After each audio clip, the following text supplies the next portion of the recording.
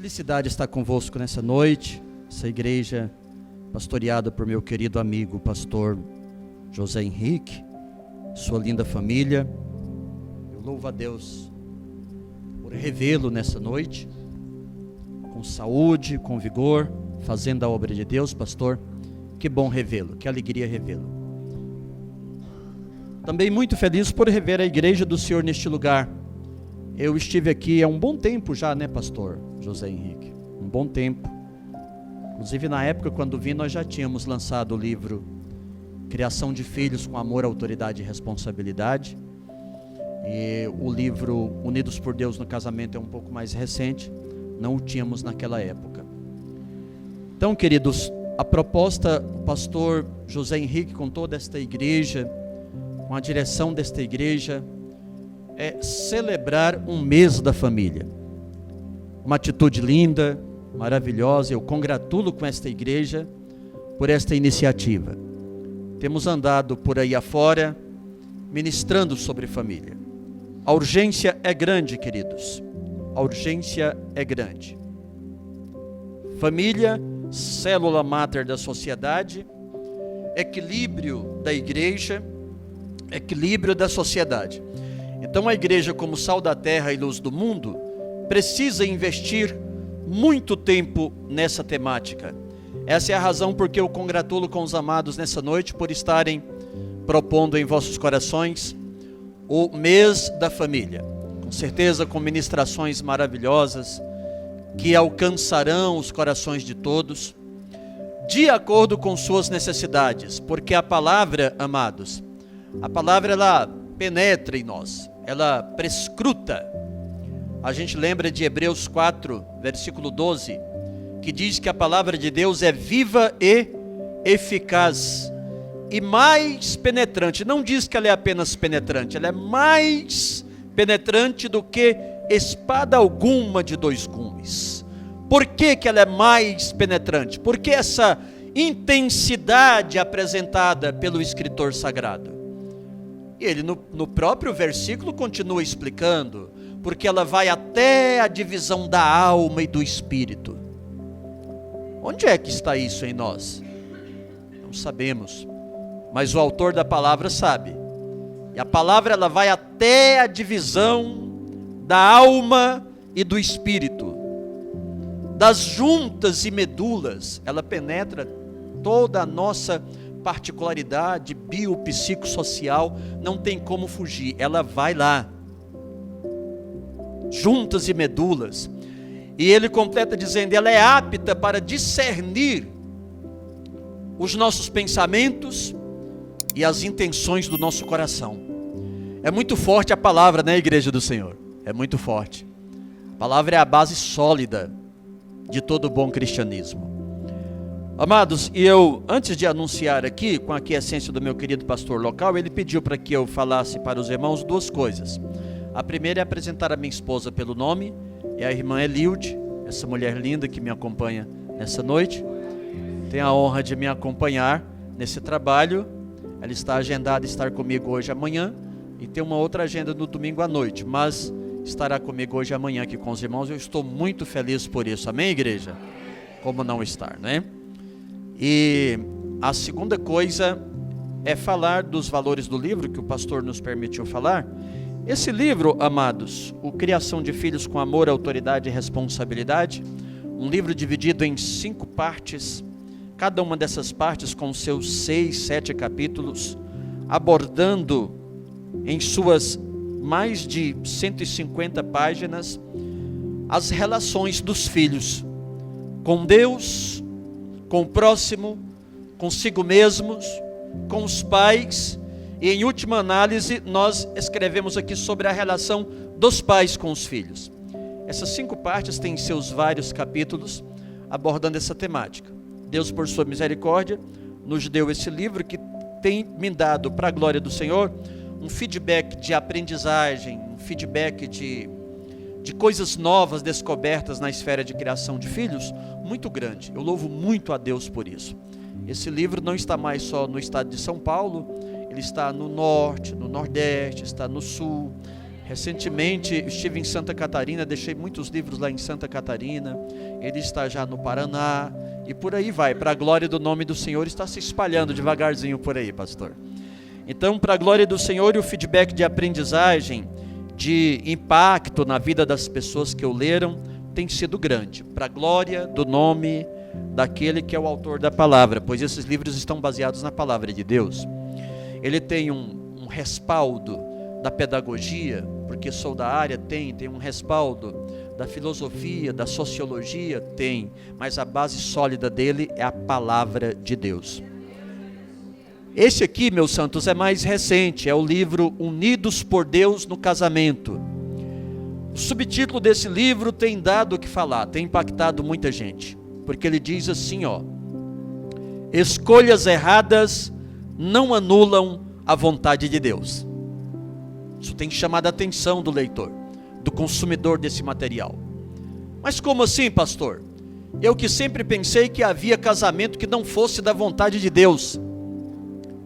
Esse livro vai te ensinar que existem escolhas que não são da vontade de Deus. O casamento, queridos, se o mais terrível traficante, junto com uma senhora, uma moça que também seja terrivelmente traficante, se casarem, eles estão fazendo a vontade de Deus. Pastor, isso não escandaliza a gente? Não, o casamento não salva ninguém. O casamento só é a vontade de Deus. Quem salva é Jesus, por sua graça.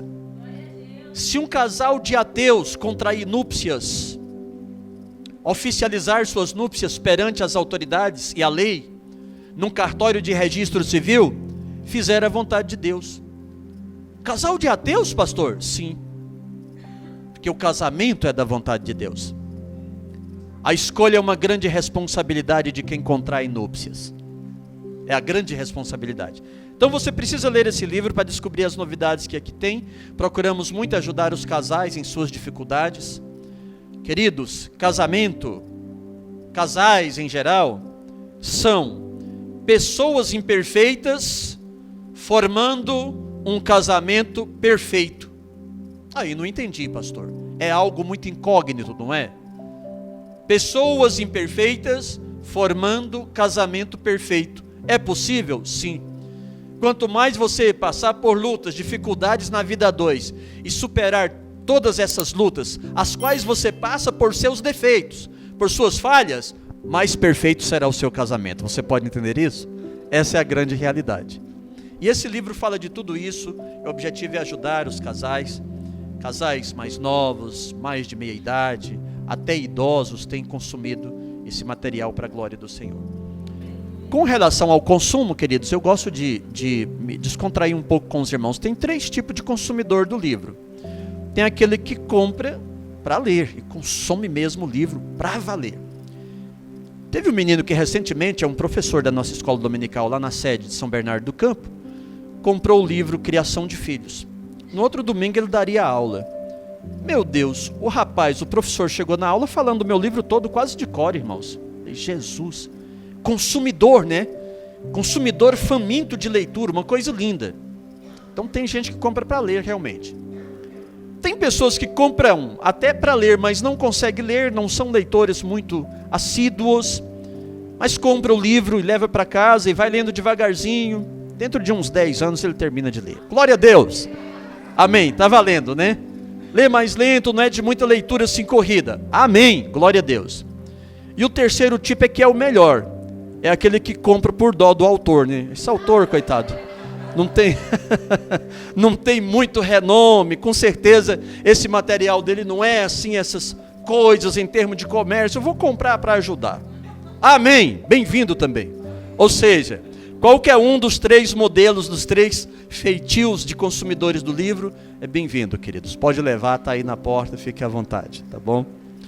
Amados, agora vamos entrar na nossa temática, que eu estou muito sedento por ela, desde o momento em que o pastor nos passou. O anjo da igreja, ele tem um perfil do seu rebanho, igreja. Ele tem um perfil do seu rebanho, o seu rebanho necessita, o que as almas das pessoas que ele cuida necessitam. E todos os pastores que me convidam, que são anfitriões meus em festividades, em eventos que eles realizam, Eu fico muito feliz, pastor José Henrique, quando esse querido pastor, esse líder, me passa um feedback de sua igreja, de sua congregação, e o vosso pastor tem esse cuidado. Então, depois de tudo que ele me passou, eu fui aos pés de Deus orar. Já tem um bom tempo que nós fizemos essa agenda, né, pastor? Fui buscar ao Senhor para uma palavra à altura do coração de cada amado, de cada amada nessa noite. E o Senhor me levou a Gênesis, já que o nosso assunto é família, no capítulo de número 2, e inspirou ao meu coração o seguinte tema. Quero que você guarde esse tema no seu coração. Deus não projetou o ser humano para a solidão.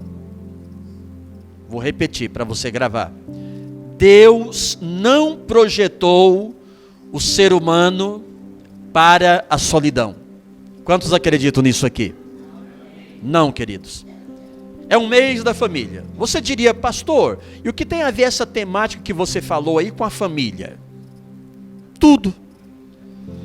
Quando nós falamos Deus não projetou o ser humano para a solidão, amados, nós pensamos primeiramente o que foi que Deus arquitetou para resolver, solucionar o problema da solução do homem.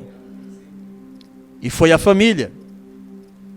Então, nossa temática, que é uma frase negativa, mas uma frase negativa que produzirá muitos efeitos positivos em nossa alma.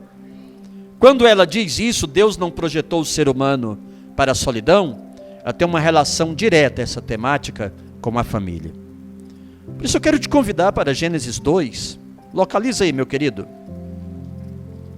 Versículo 18. Hoje eu quero só a parte A. Amanhã a gente vai ler mais um pouquinho dentro do mesmo versículo. Mas hoje, vamos tentar ser o mais didático possível. Eu quero só a parte A.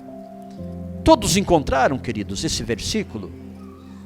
Eu vou ler uma vez, vocês repitam a parte que eu lerei aqui juntamente com os amados. Olha, parte A do versículo 18.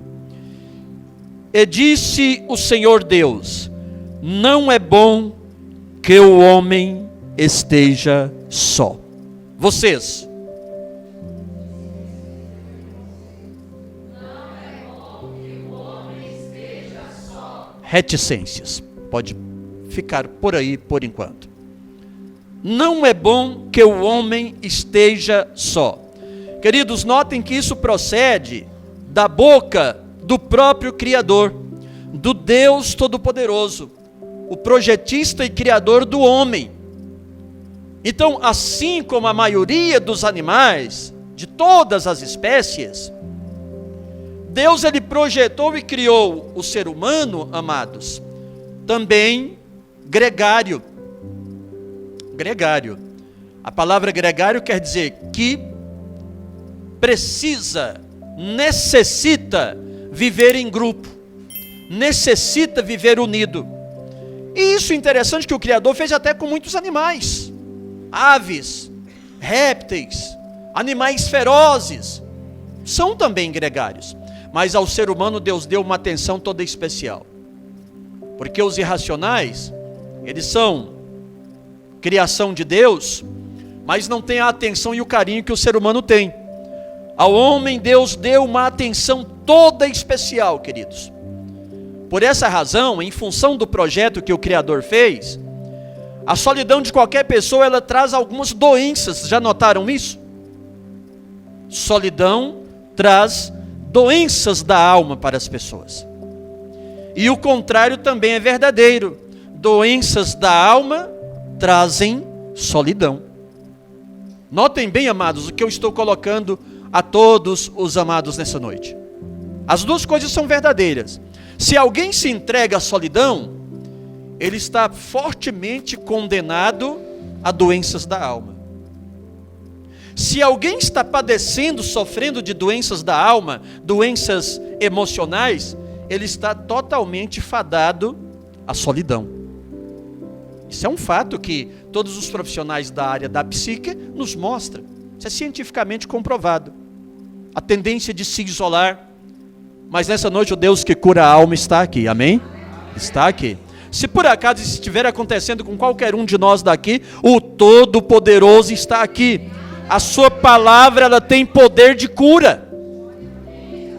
Ela penetra no mais íntimo da sua alma. Eu comecei aqui citando aos Hebreus 4:12. E ela vai lá para efetuar curas. Ela penetra na sua alma para realizar curas, meu querido irmão, minha querida irmã. Então, queridos, o que nós vemos na Bíblia? Por exemplo, Elias. Vamos ver um caso aqui desses dois aspectos que eu disse para os irmãos sobre a solidão. Que ela leva a doenças da alma e que o vice-versa é verdadeiro, que doenças da alma também levam à solidão. Elias é um caso, é o primeiro caso. Resolveu se isolar. Todos nós conhecemos o relato do capítulo 19 de 1 Reis. É um relato conhecido da igreja. Constantemente pregadores estão em nossos púlpitos falando do capítulo 19 de 1 Reis. É aquele momento em que Elias passa por um grande aperto, uma grande perseguição ferrenha de Jezabel, líder de Israel, o reino do norte. E ele toma uma decisão que não foi muito boa. Qual foi? A de se isolar.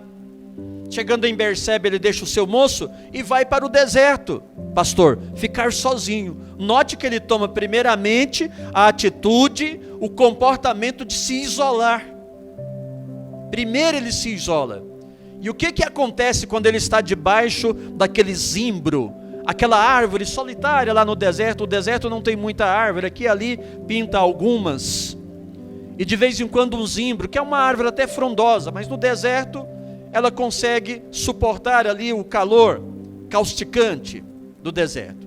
Ele senta debaixo de um zimbro, e eu vou te provar pelo relato lá, que ele realmente se deprimiu depois da solidão. Ao se tornar solitário no deserto, a Bíblia diz nesse relato, mais precisamente no versículo 4, vou recitar para os irmãos, e ele se foi ao deserto, caminho de um dia, e veio e se assentou debaixo de um zimbro. Pastor, e o que tem aí de depressão, de doença da alma, de doença emocional? Olha o que diz o resto do versículo. E em seu ânimo, ele pediu para Deus que queria morrer. Isso não está certo. Nós devemos encarar a morte sempre como um processo natural. E que todos nós teremos que passar por ela um dia. Mas todas as vezes que alguém deseja morrer, ele não está bem emocionalmente. Se alguém diz, eu quero morrer, está errado. A Bíblia não respalda isso em nenhum lugar.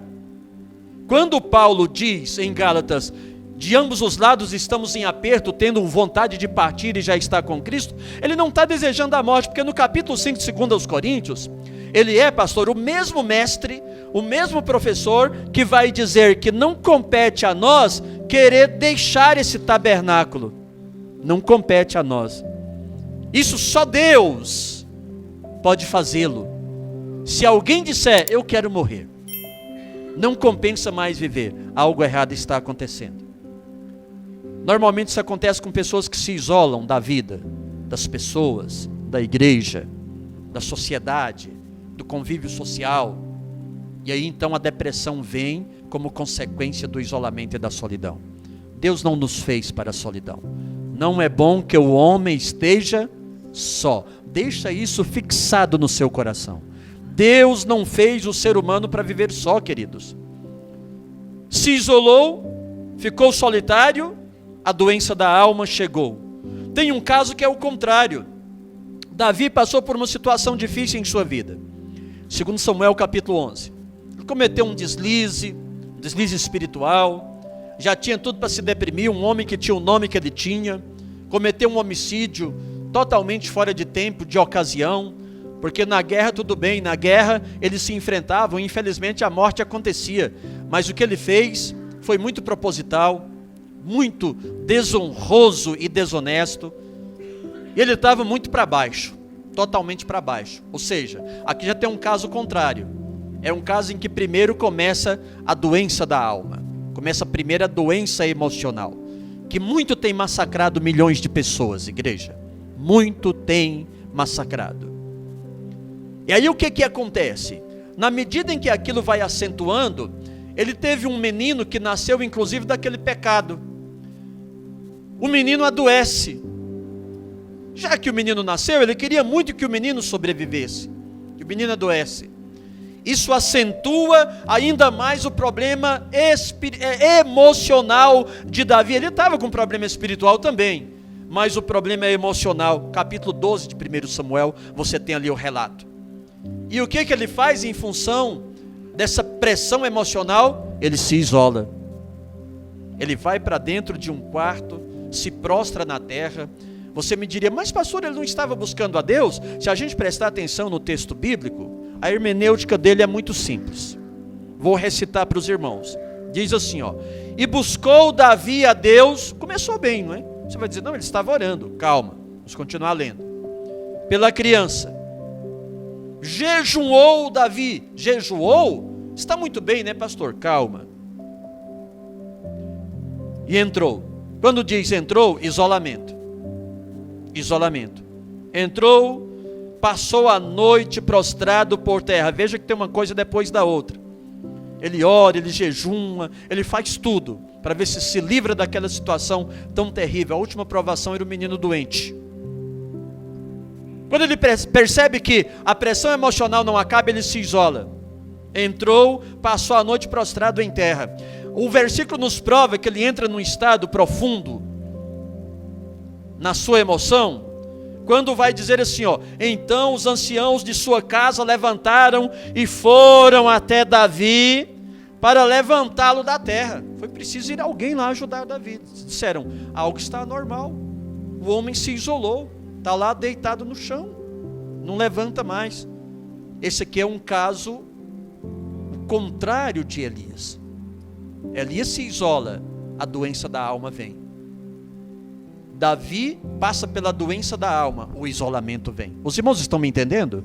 Uma coisa impressionante, irmãos, como isso acontece com os seres humanos, em milhões e milhões espalhados pela terra.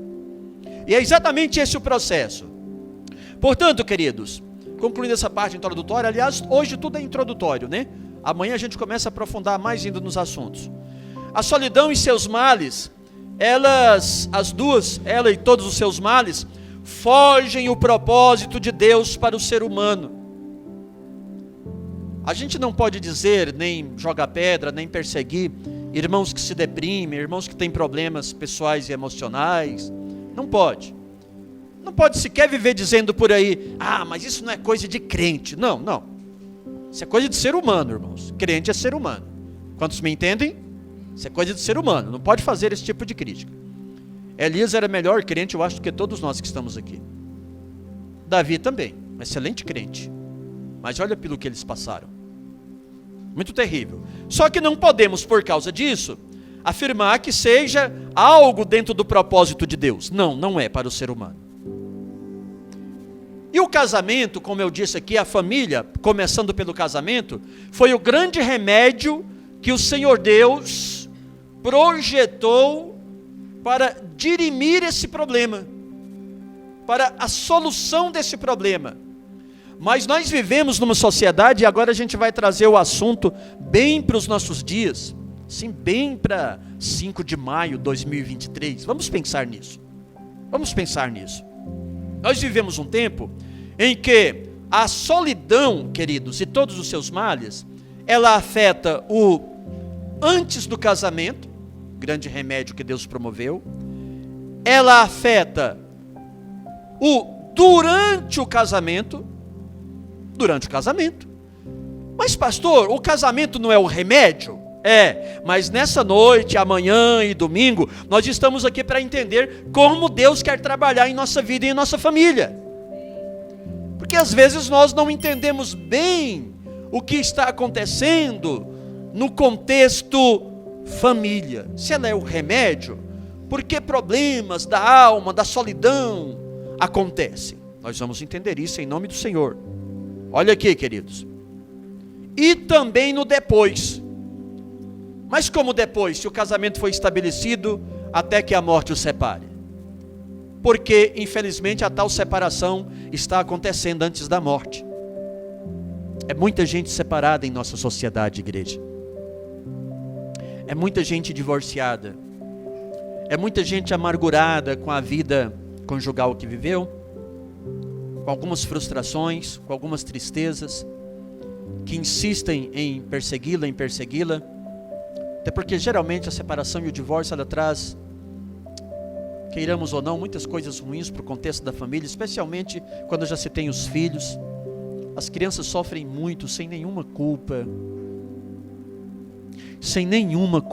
como elas sofrem.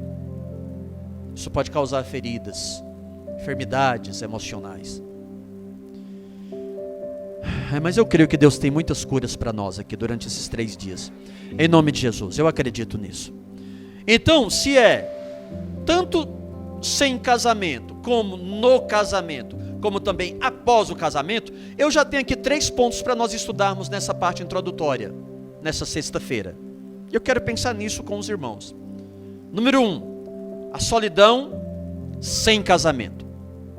O que seria, pastor, a solidão sem casamento? É a solidão do solteiro, é a solidão dos viúvos, é uma solidão para pessoas que eu posso dividi-las aqui em 3 grupos. Vamos entender isso.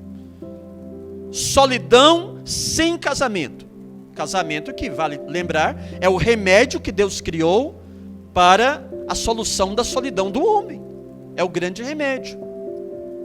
Então, eu tenho pelo menos 3 tipos de pessoas. Já vou falar dos 3, depois nós abordarmos cada um aqui. Primeiro, aqueles que não querem se casar. Tem gente que não quer casar. Segundo grupo, aqueles que não conseguem casar. Eu era tão feinho, irmãos, hoje eu estou mais bonitinho, assim, mais ou menos, que eu tinha medo de eu estar nesse segundo grupo. Aqueles que não conseguem casar, pastor. Deus teve misericórdia, me abençoou, olha que linda mulher. A gente fica pensando, é muito areia para o caminhão da gente, não é? Glória a Deus, Deus é bom. Mas tem o grupo daqueles que não conseguem casar. Deus pode fazer o milagre de um moço e de uma moça maravilhosa na vida de uma pessoa? Claro que pode. Quem busca a Deus pode.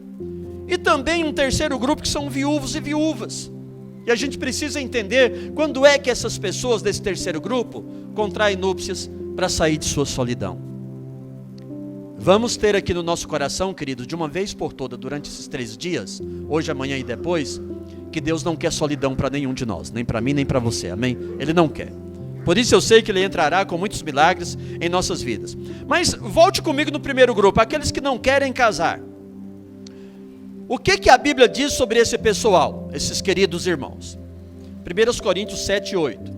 O apóstolo Paulo vai dar um conselho que você precisa atentar muito bem para ele. Ele diz assim, eu digo, porém, aos solteiros, e com certeza que Paulo, ele não falava só daqueles solteiros de 18 aninhos, de 25, de 30, ele falava de todos aqueles amados irmãos solteirões da igreja, já há um bom tempo solteiros.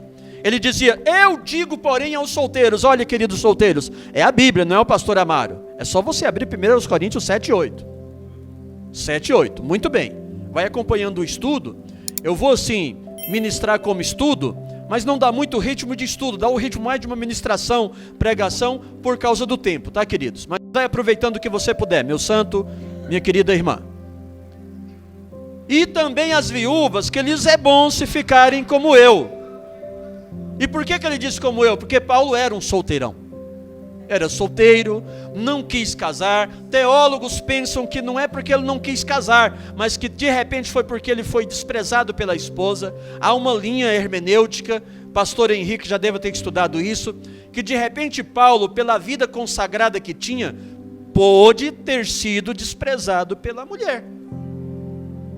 E ele então era solteiro. Ele disse, se quiserem, conseguirem ficar como eu, tudo bem. Mas ele não estava dando um conselho dizendo que é obrigatório as pessoas ficarem solteiras. Não podemos interpretar assim. Essa não é a hermenêutica. Olha como ele deixa algo assim bem expansivo, bem flexível. Eu gostaria, se vocês quiserem e pudessem, ficassem como eu. O apóstolo São Paulo era solteiro. Sim. Quem sabe essa foi a atitude, por exemplo, agora vamos pensar numa viúva, da nossa querida irmã Ana, filha de Fanuel. Esse relato está em Lucas 2, 36 e 37. Quem não está conseguindo conferir às pressas, se tem o hábito de anotar, vai anotando, depois os irmãos conferem em casa, tá?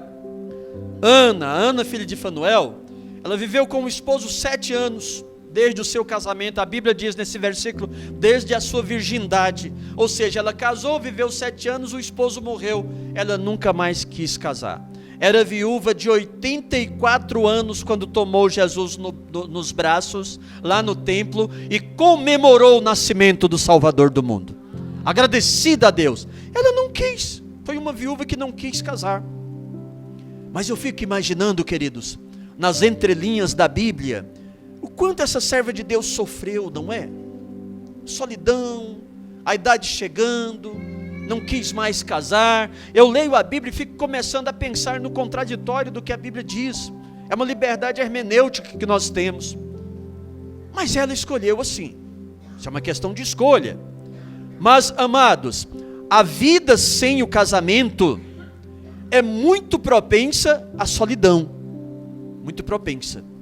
Essa solidão, ela é meio imperceptível. Por quê? Porque ela é uma solidão no meio da multidão. No meio da multidão. Você está na igreja, no culto, entre os irmãos, é bastante sociável, mas o grande remédio que Deus estabeleceu, que é o casamento, essas pessoas não têm ainda. Isso tende a trazer a sensação de solidão. E tem aqueles, queridos, que não conseguem se casar. É o segundo grupo. São muitos os motivos. Eu conheço irmãos na nossa igreja que não conseguem se casar porque é exigente demais. Acreditam nisso? O menino quer a moça perfeita. Se não for perfeita, ele não casa. Resultado, já tem 45 anos. Complicado sim, não é? Tenho também meninas na minha igreja.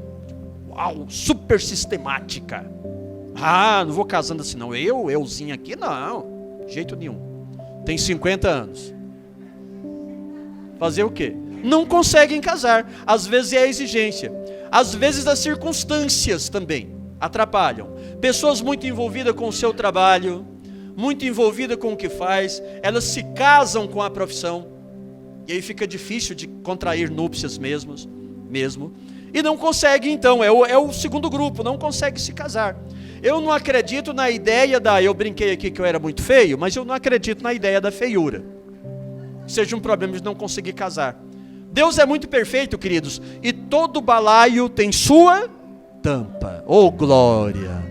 Todo balaio tem sua tampa. Interessante que o balaio acha a sua tampa linda, maravilhosa.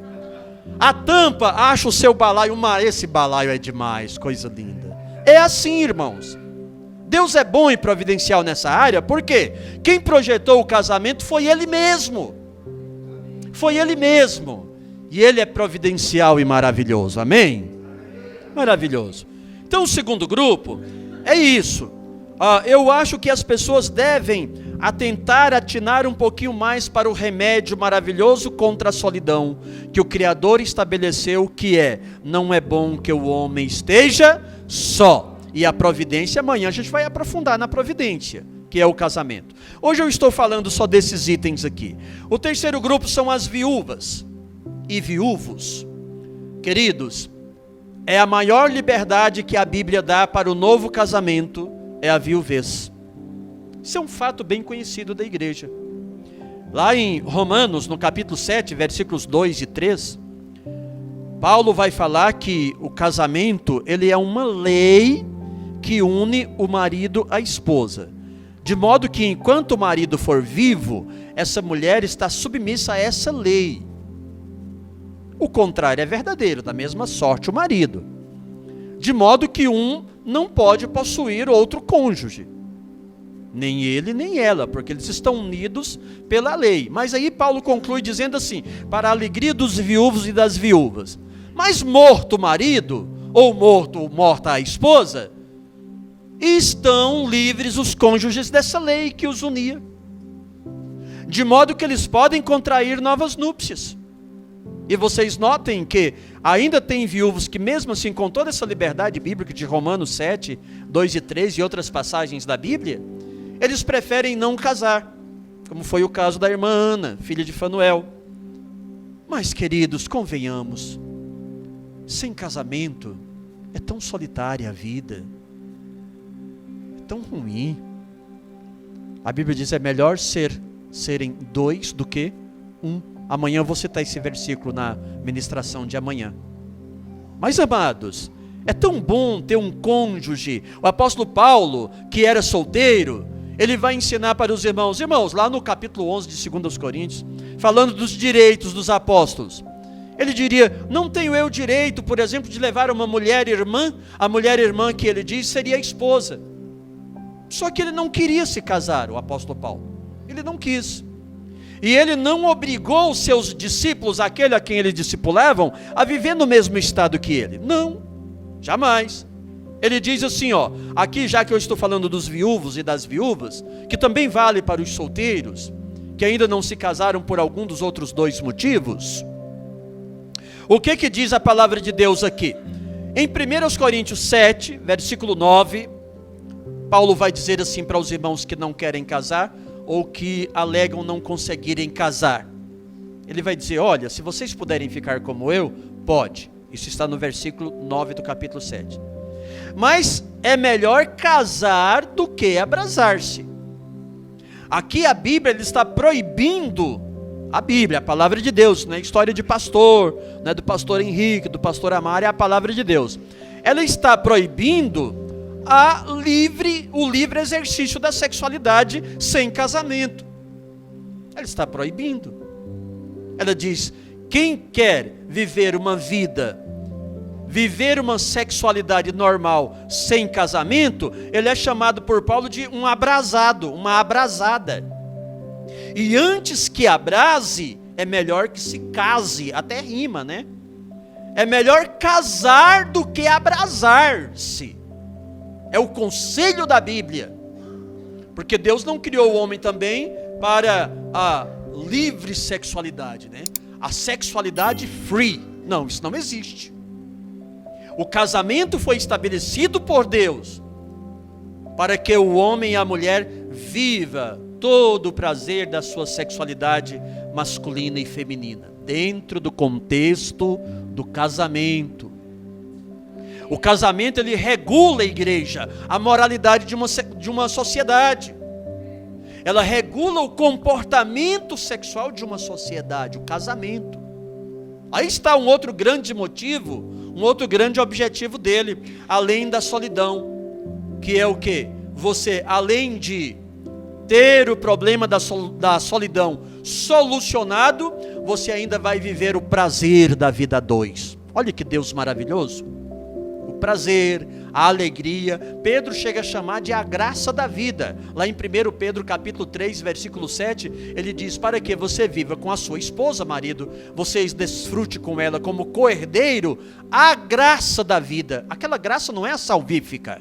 Aquela graça ali é a graça, a alegria de viver a dois. É a graça, a felicidade de viver a dois. Almoçar juntos, ir para a praia juntos, passear juntos, ir para o lazer juntos. A graça da vida a que Pedro se refere ali, amados, é isso. Irmãos, eu posso te confessar com experiência própria, ser casado é bom demais. Meu Deus, é bom demais, irmãos. É uma bênção para a nossa vida, em todos os aspectos que você possa imaginar. Então, esses são os três grupos, e essas são as três definições que eu posso passar aos amados. Aqueles que não querem, aqueles que não conseguem, e os viúvos e viúvas, que muitos deles preferem não se casarem. Mas vamos falar também da solidão no casamento. Pastor, e como que é a solidão? Se o casamento é um remédio, é a solução, como que o senhor consegue pregar, ministrar, dizendo que dentro do casamento tem a solidão? Infelizmente tem, que é o que tem causado os divórcios e separações. Entenderam? Por que há divórcio e separação? Porque dentro do próprio contexto do casamento, a solidão tende, ela fica batendo na porta. E como é que ela bate na porta? Vou falar aqui de alguns itens para os amados. Primeiro, pelo menos duas coisas. A interrupção da boa relação. Casamento não foi feito, amados, para os dois viverem em atrito e em conflito. Não, não foi. Casamento foi feito para, como ensinou Pedro em 3:7 da sua primeira epístola, para se viver a graça da vida, a graça, a alegria. Então, o primeiro motivo dessa solidão no casamento é a interrupção da boa relação. Vou citar uma história bíblica para os irmãos, porque o nosso negócio aqui é Bíblia, é a Bíblia que responde para nós. Nós não pregamos aqui filosofia nossa. Um relato de uma mulher chamada Abigail, que tinha um marido chamado Nabal. Esse relato está no capítulo 25 de 1 Samuel. O que aconteceu na vida dessa mulher? Uma mulher de Deus, uma mulher crente, abençoada, fazia parte do povo de Israel, seu marido Nabal também, mas um problema sério, queridos. Davi estava no deserto, pediu ajuda a Nabal, que era rico, muitas ovelhas, muito gado, muita comida, alimento, e Davi passando fome com mais 600 homens, pede alimento, pede ajuda, ele estava fugido de Saul, e Nabal diz: não, vou dar comida para Davi, não. É muito servo hoje fugindo de seus senhores, agora eu vou bancar aí um vagabundo que está fugindo do seu senhor? Ah, irmãos, os moços de Davi voltaram e disseram: ah, Davi, o moço não te tratou bem, o Nabal, hein? Diz que não vai dar alimento, coisa nenhuma para você. Davi diz: ah, tá, é assim então que ele recompensa o quanto eu tenho guardado os homens dele aqui no Carmelo, com todo o seu gado, as suas ovelhas? Eu e os meus homens protegemos os homens dele. Tudo bem, faz o seguinte: assim me faça Deus e outro tanto. E quando um homem fazia uma jura dessa, meu Deus, assim me faça Deus e outro tanto, se até amanhã por essas horas sobrar pelo menos um menino da casa de Nabal. Misericórdia. Põe as espadas na cintura aí. 600 homens. Ia com eles só 400, porque 200 ficavam com a bagagem, guardando a bagagem. 400, irmãos, para destruir uma família, só um núcleo familiar.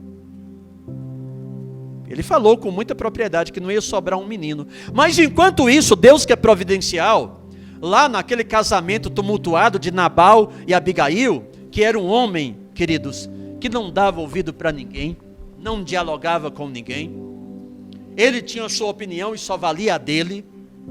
A coitada da irmã Abigail, meu Deus do céu, era um zero à esquerda para ele. E o que acontece, queridos? Aí vem o segundo caso. Quando a interrupção da boa relação, e entre Nabal e Abigail não existia, o que vai acontecer? Vai acontecer uma segunda coisa, que é a quebra de compartilhamento. Ei, casais, quebra de compartilhamento. Uma mulher que não compartilha nada com seu esposo, e um esposo que não compartilha nada com a sua mulher, algo errado está acontecendo. Isso não pode ser assim. O Deus que estabeleceu o casamento, Ele quer nos curar se isso estiver acontecendo. Ele quer e pode nos curar. Amém? Não pode. Houve uma quebra de compartilhamento. Eu vou te provar isso na Bíblia. Olha, lá na interrupção da relação, nós temos o perfil dele, ó. E era este homem, Nabal, marido de Abigail, que era mulher formosa e de bom entendimento, mas ele, duro e maligno em suas obras. Ele pertencia à linhagem de Calebe, mas era duro e maligno. Era um homem que tratava muito mal a sua esposa. Quebra de compartilhamento. O que vai acontecer? Um moço disse assim para Abigail: olha, minha senhora, a senhora se cuida porque os moços de Davi foi muito maltratado pelo nosso Senhor. A senhora sabe que ninguém pode falar com ele, ele não consegue ouvir ninguém, mas muito cuidado porque eles saíram daqui muito aborrecidos. O que Abigail vai fazer? Então Abigail se apressou, tomou 200 pães, 2 odres de vinho, 5 ovelhas guisadas, do homem miserável, hein? Da mão fechada. 5 ovelhas guisadas, pegou 5 medidas de trigo tostado, pegou 100 cachos de passas, oh delícia, hein? 200 pastas de figos passados, os pôs sobre os jumentos e disse aos seus jovens: vai, leva isso para Davi urgente. Ide adiante de mim, eis que eu guiarei vocês de perto. Agora, olha a falta de compartilhamento.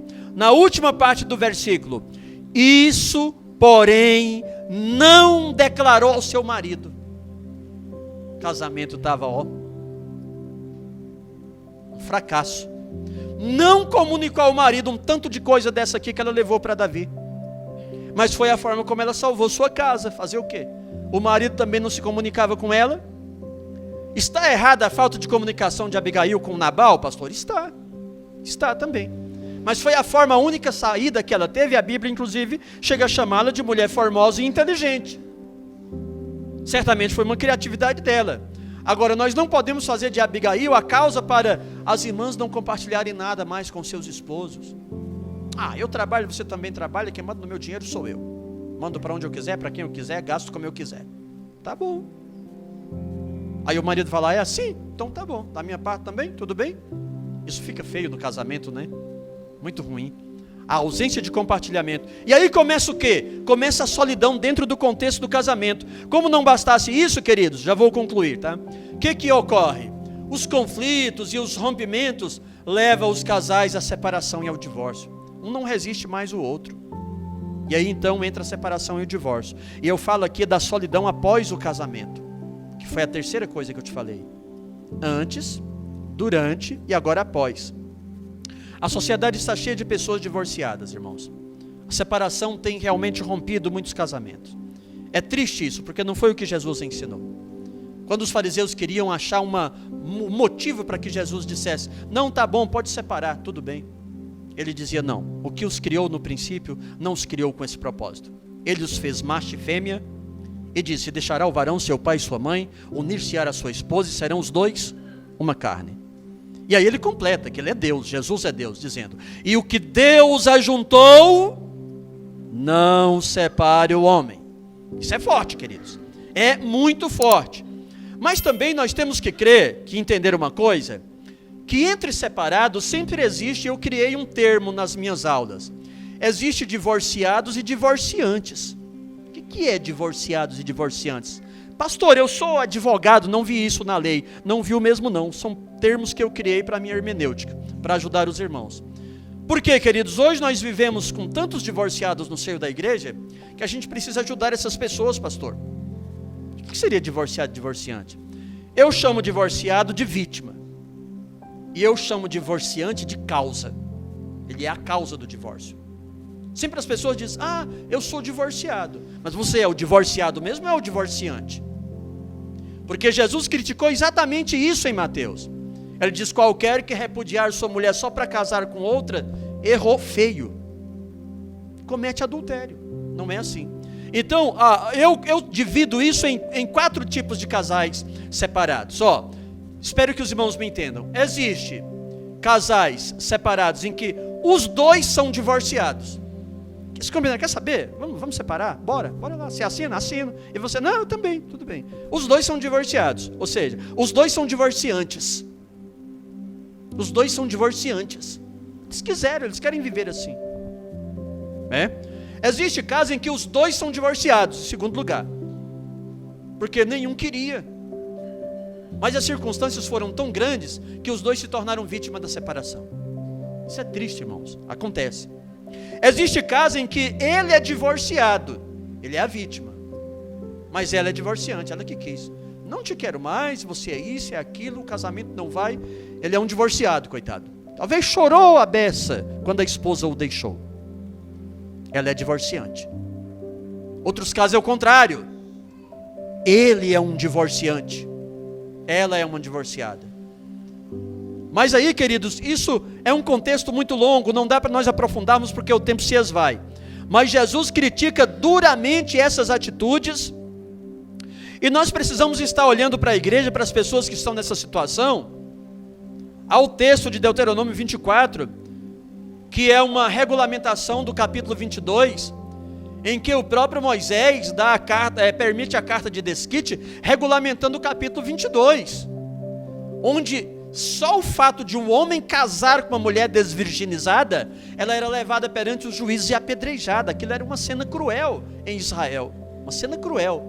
E Deus usa Moisés para regulamentar essa lei. Quando você pula para o capítulo 24, está lá dizendo assim: o homem casou-se com uma mulher, achou nela coisa indecente, que geralmente está ligada à vida, ao padrão moral de sexualidade. Faça uma carta de desquite de próprio punho, entrega na mão dela e essa mulher vai embora da sua casa. E ela pode até casar com outro. Era isso que os fariseus queriam. E Jesus não adotava e não apoiava essa lei. Ele não apoiava. Mas só que Jesus, ele não apoia na medida em que ele diz que o grande problema são os casais quererem brincar com a separação. e depois ficam sozinhos, a gente não sabe quem é divorciado, nem quem é divorciante, até descobrir isso. Porque o divorciado, a gente tem mais misericórdia dele, não é? Qualquer pastor, até o próprio Deus. O divorciante, a gente fica assim, pensando, meu Deus, por quê? Não tinha mesmo outra solução? Não leu o livro do pastor Amaro para ajudar um pouquinho? Não teve jeito? Porque é possível, queridos. A gente acredita muito na reatação do casamento. Mas uma coisa eu posso te dizer, seja divorciado ou divorciante, Deus não quer sua solidão. Vamos ficar em pé? Porque nós precisamos buscar de Deus uma solução para a nossa solidão.